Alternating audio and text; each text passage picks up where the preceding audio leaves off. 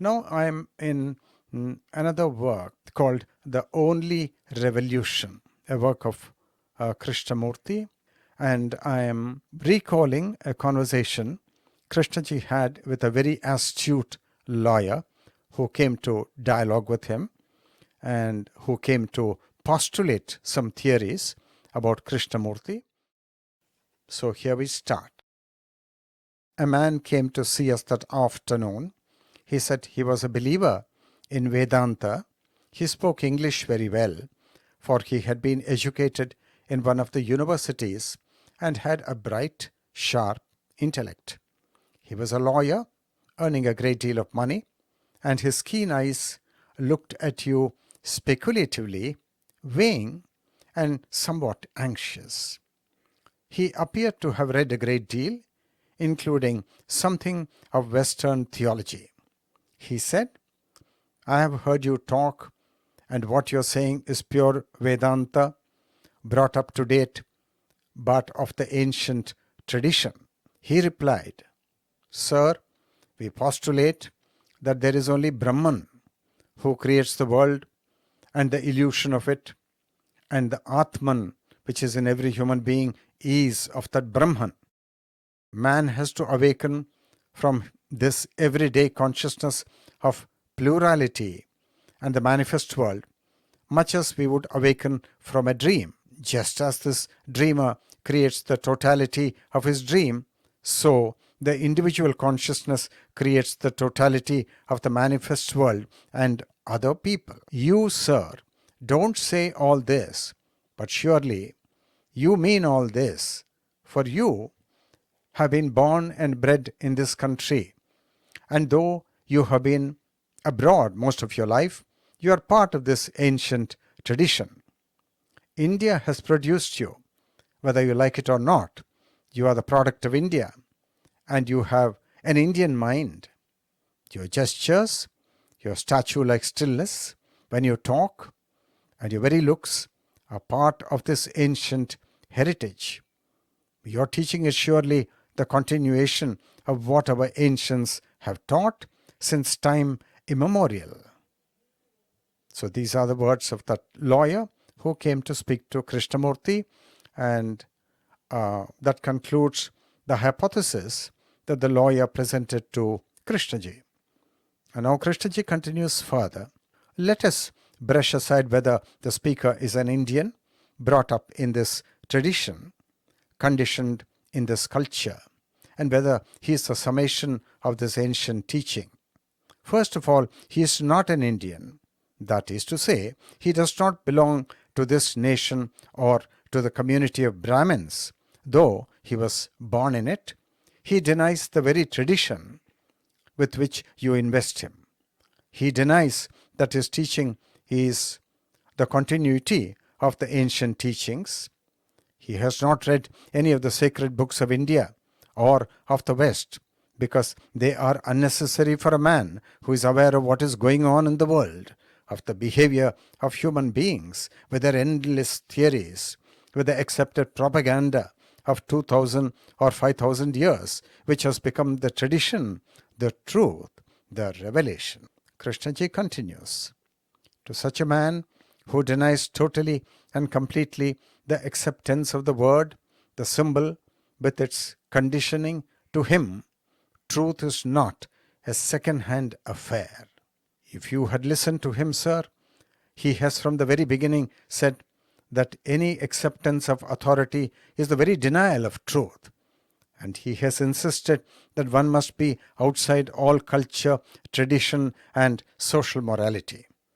If you had listened, then you would not say that he is an Indian, or that he is continuing the ancient tradition in modern language.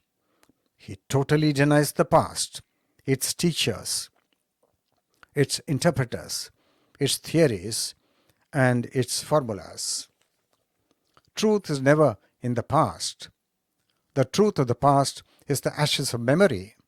Memory is of time, and in the dead ashes of yesterday there is no truth. Truth is a living thing, not within the field of time." And Krishnaji continues, "Having brushed all that aside, we can now take up the central issue of Brahman, which you postulate. Surely, sir, the very assertion is a theory invented by an imaginative mind, whether it be Sankara or the modern scholarly theologian. You can experience a theory and say that it is so, but that is like a man who has been brought up and conditioned in the Catholic world, having visions of Christ. Obviously, such visions are the projection of his own conditioning, and those who have been brought up in the tradition of Krishna have experiences and visions born of their culture. So the experience does not prove a thing. To recognize the vision as Krishna or Christ is the outcome of conditioned knowledge. Therefore, it is not real at all, but a fancy, a myth, strengthened through experience. Why do you want a theory at all? And why do you postulate any belief? This constant assertion of belief is an indication of fear of everyday life, fear of sorrow, fear of death, and of the utter meaninglessness of life. Seeing all this, you invent a theory, and the more cunning and erudite the theory, the more weight it has. And after 2,000 or 10,000 years of propaganda, that theory invariably and foolishly becomes the truth. Krishnaji continues, but if you do not postulate any dogma, then you're face to face with what actually is pleasure, sorrow, and the fear of death.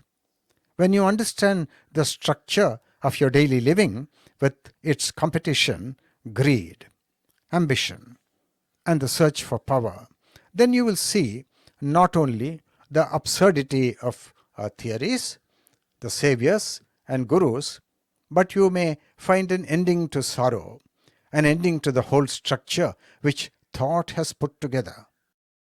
The penetration into and the understanding of the structure is meditation. Then you will see that the world is not an illusion, but a terrible reality which man, in his relationship with his fellow man, has constructed. It is this which has to be understood, and not your theories of Vedanta, with the rituals and all the paraphernalia of organized religion. Man is free without any motive of fear, of envy, or of sorrow. Then only is the mind naturally peaceful and still. Then it can not only see the truth in daily life from moment to moment, but also go beyond all perception. And therefore, there is the ending of the observer and the observed. The duality ceases. But beyond all this, and not related to this struggle, this vanity and despair, there is, and this is not a theory, a stream that has no beginning and no end, a measureless movement that the mind can never capture. When you hear this, sir, obviously you're going to make a theory of it, and if you like this new theory, you will propagate it. But what you propagate is not the truth. The truth is only when you're free from the ache, anxiety, and aggression which now fill your heart and mind. When you see all this, and when you come upon that benediction called love, then you will know the truth of what is being said.